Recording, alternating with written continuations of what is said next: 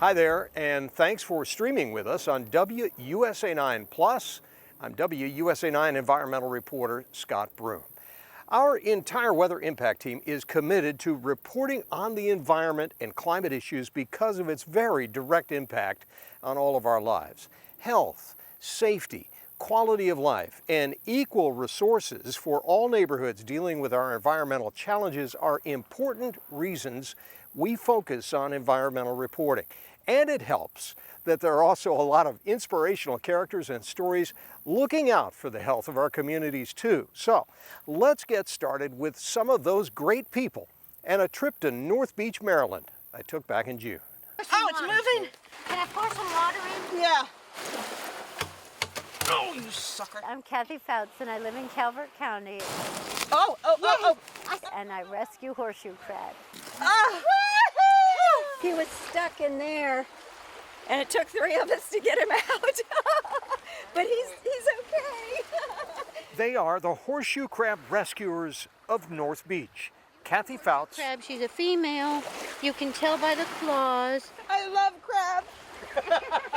Danny Hagwood, Linda Wiley, Yes! Oh my God! We got her. She's gonna have lots and lots of babies. and retired DC police officer Mia Booker. I guess we grandmas. Delightful, yes, but here in North Beach, the horseshoe crabs die by the thousands in the man-made riprap of rock that protects the boardwalk in town. It's amazing for them to come out here and do this. The rock is laid over a sand beach that the horseshoe crabs have spawned on for millennia. After nearly 400 million years on Earth, they don't know to stop. Kathy explains how the rescuing started. The riprap traps the crabs. It's just collateral damage for the horseshoe crab population. Almost 100% will die in the rocks. My husband and I went for a walk one day, and the smell was unbelievable. We were so horrified that we just started coming down every day to check, and any live ones that we could find, we moved to the beach area. We had 895 rescues last year. It's important work because conservation groups list the horseshoe crab population worldwide as vulnerable, though here in the mid-Atlantic states, regulators say the situation is stable. The crabs are harvested for their blood, which is used in the biomedical industry to guarantee product safety. What is what you've discovered here? Tell us about the environment. Environmental impact of the riprap itself is huge, but then there has to be something going on because the tides are getting higher and higher. So maybe a changing climate is bringing more of these crabs into this dangerous environment for them. And I'm assuming this is happening all over the whole eastern seaboard. After a morning of rescues, the women take the crabs down the boardwalk in North Beach and release them into a safe zone for spawning.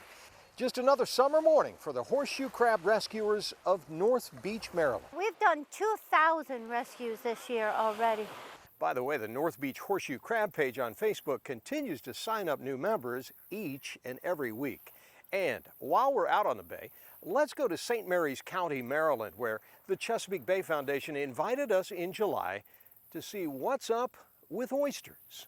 The St. Mary's River here is one of 5 oyster sanctuaries in Maryland, and the darn things are growing on just about every rock and dock piling you can see here at St. Mary's College of Maryland. It's important because oysters filter out algae and clear Chesapeake Bay water. Oysters, I feel like, are the way we're going to save the bay. Today, restoration workers with the Chesapeake Bay Foundation were busy planting more. You can see there's several dozen right here. They're very tiny. Hard to see without a magnifying glass, but baby oysters from a hatchery called Spat are attached to these man-made reef structures which look like concrete wiffle balls. Bay Foundation Captain Carl Willey is excited. Brand new babies on each reef ball.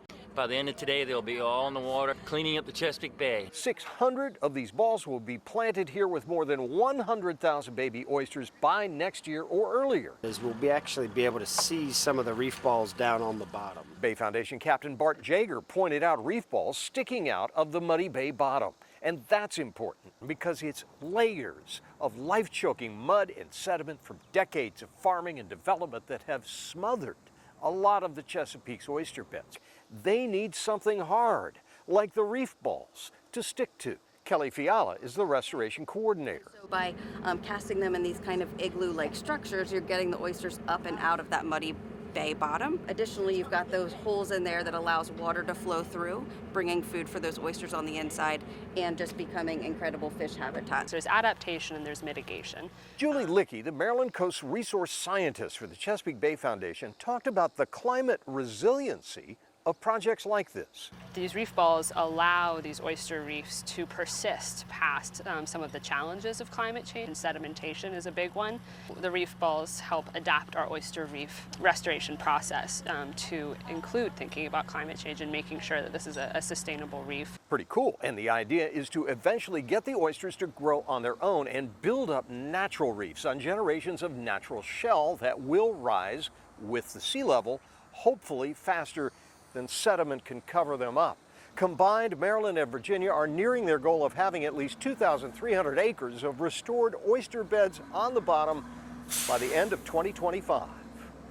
By the way, during the summer of 2024, the Potomac Riverkeeper Network settled a lawsuit with the wastewater utility in St. Mary's County to upgrade a historically leaky sewer system. The settlement will include more than $120,000 more for oyster restoration and the promise of cleaner water there.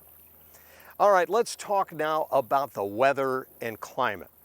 You know, the summer of 2024 has been a scorcher in our region, but in Prince George's County, one community is taking action by creating a heat refuge to cool things down in one of the county's hottest urban heat islands.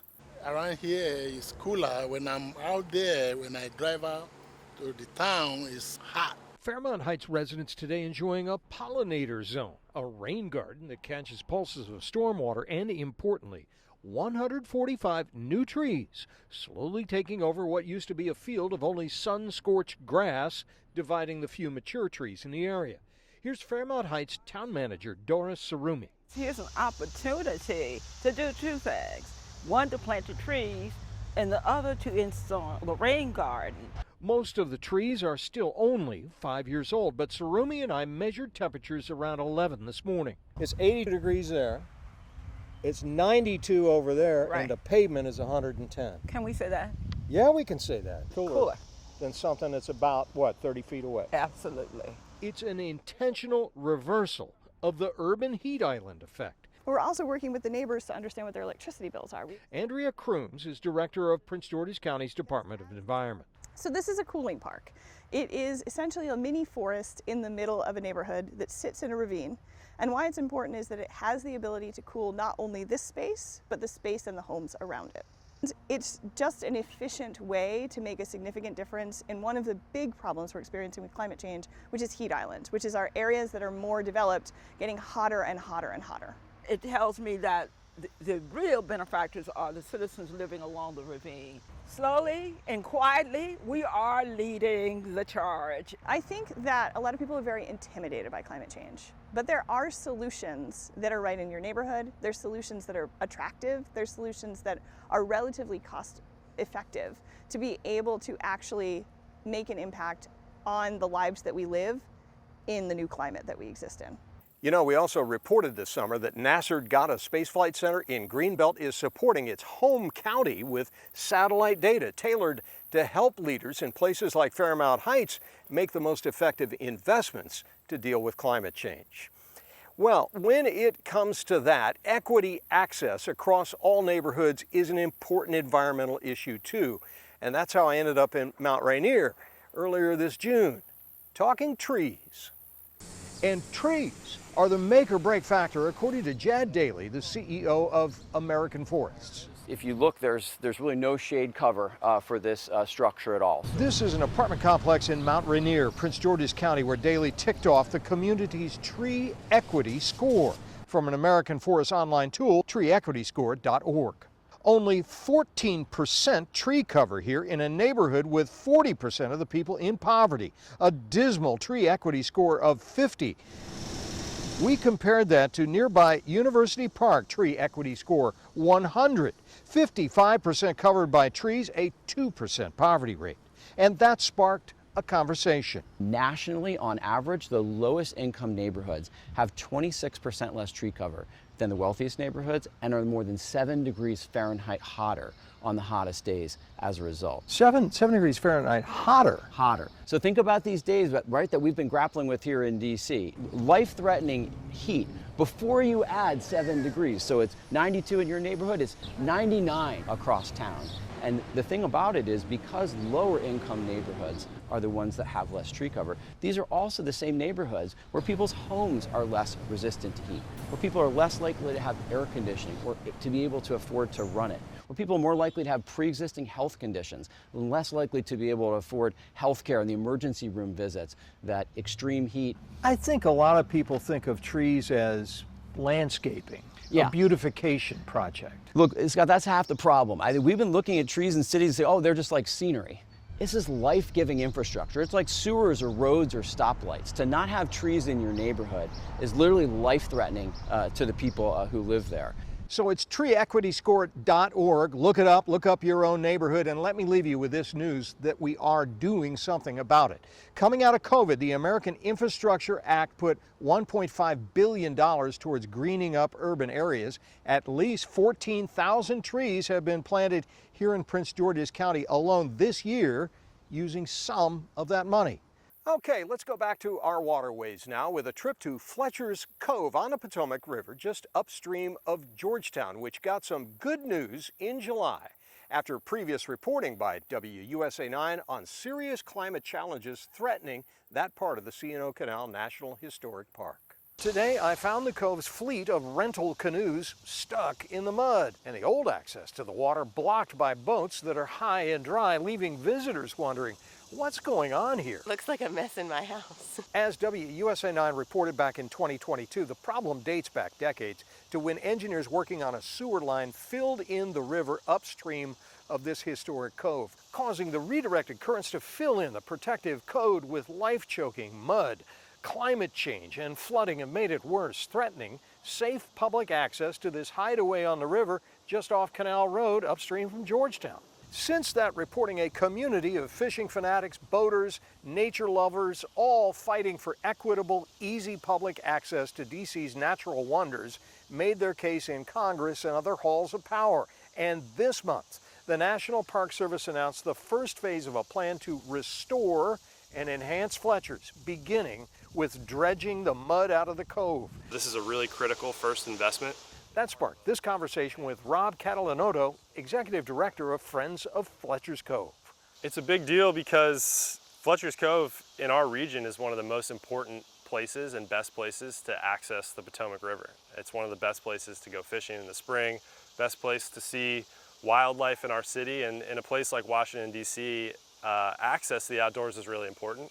We see this as one of the best sites for that, and that's why it's so exciting. I think it's one of the hidden secrets in Washington, actually. Being able to access the outdoors in a place where you can also go 3 miles that way and be at the National Mall in the center of our government is just kind of incredible. And it's an important resource for our whole region. The cost and timeline for restoring the cove have not been announced, but people here chalk this up as a big win for the environment, climate resiliency, and public access to a beloved and historic spot here on the Potomac. I've learned in my visits there that Fletchers is a hotspot for kayakers and paddle boarders. The Potomac Riverkeeper this year reported the river is now clean enough for those kind of activities more than 70% of the time. The Riverkeeper is advocating for allowing swimming in the river in D.C., which has been banned since Lyndon Johnson was president. But this summer's drought and heat exposed another challenge for the Potomac River, algae blooms that set off alarms on the 4th of July.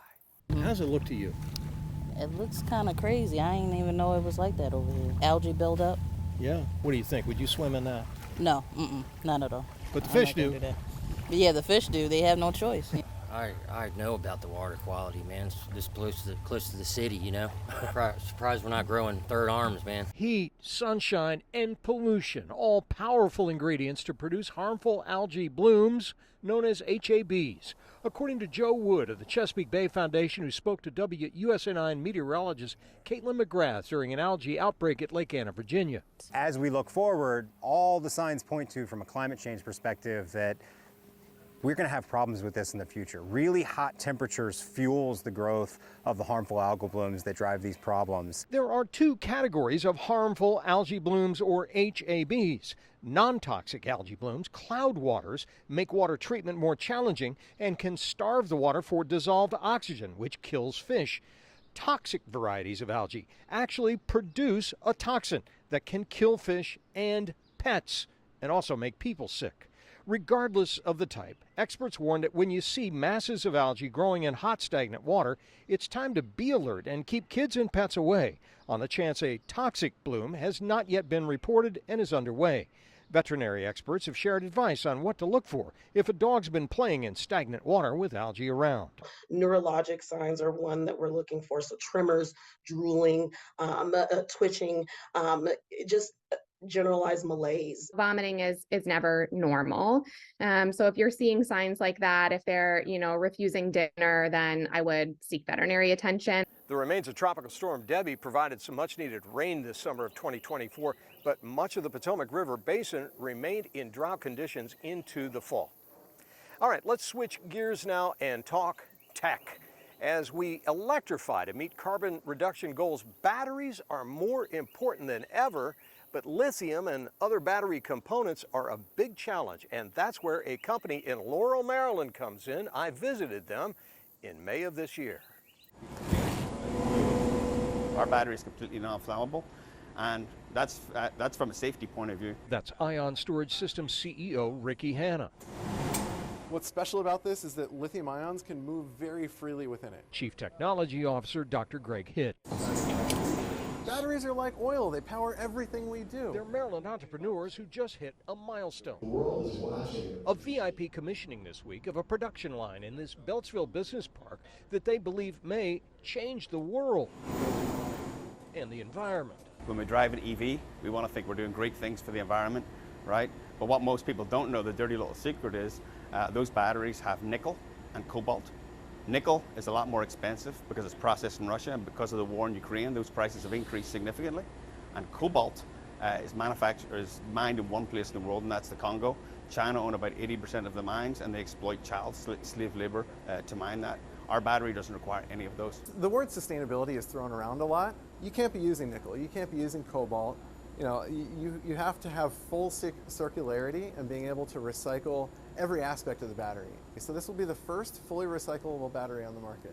Believers include the U.S. military, the company's first customer, and the U.S. Department of Energy, which has invested at least $30 million to keep the technology from being exported to China or elsewhere.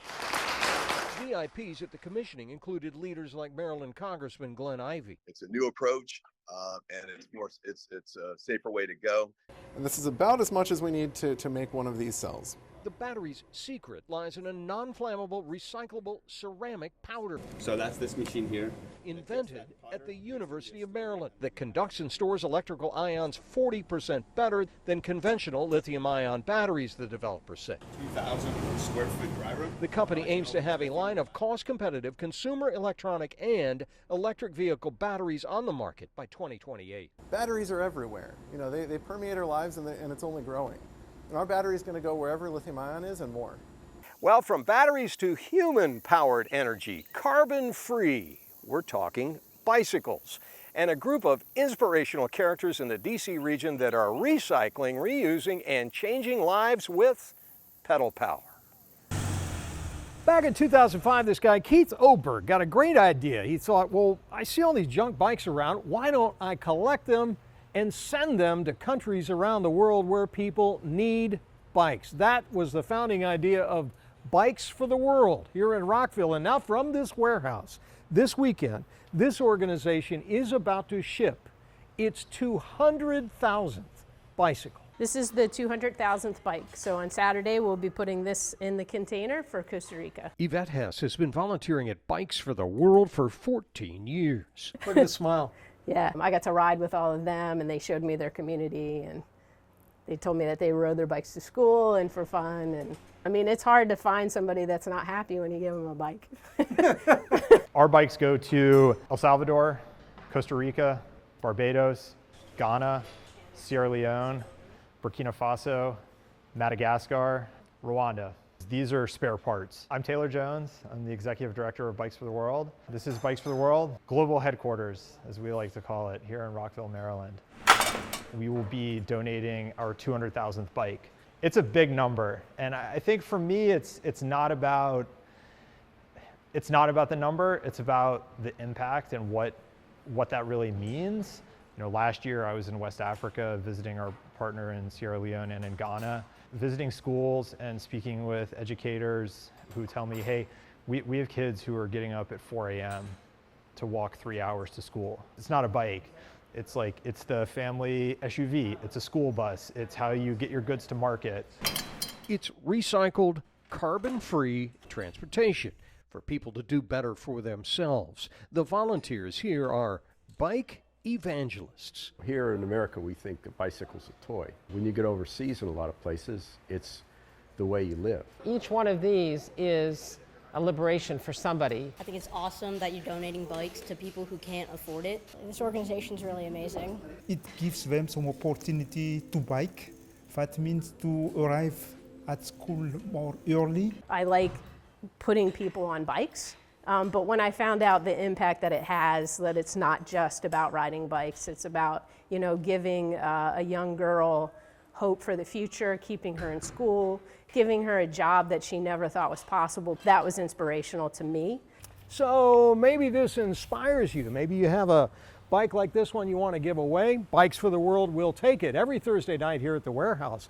But more importantly, they got a whole network of bike shops and Boy Scout groups and other organizations that collect bikes for them, and that list is on the Bikes for the World website. I'll have a link to that on our website, WUSA9.com. What a great organization. All right, I hope you have enjoyed spending time with us here at WUSA9, being inspired and informed and seeing environmental reporting that has an impact on the communities we serve. Until next time, for all my colleagues at WUSA9 committed to the environment, I'm Scott Broom. Thanks for watching.